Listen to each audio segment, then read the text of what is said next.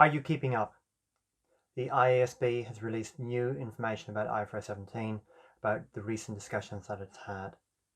IFRS 17 is global, it's complex, and it's still changing.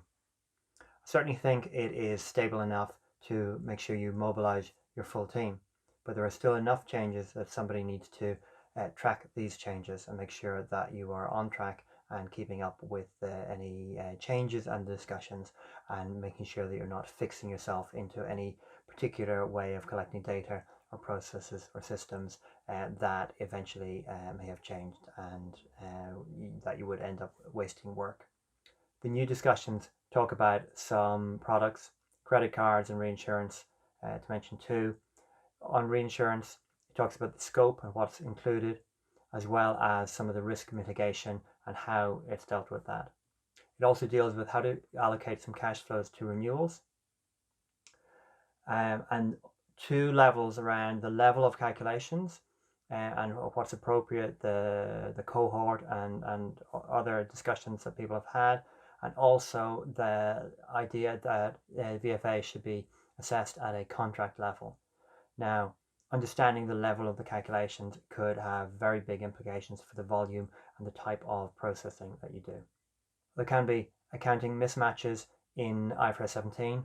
At one level, some things may not quite make intuitive sense in accounting, but with IFRS 17, there are some that are bigger than some people like. So there's a sort of a sense check around that and discussion around that. There's some discussion around business combinations and also transition.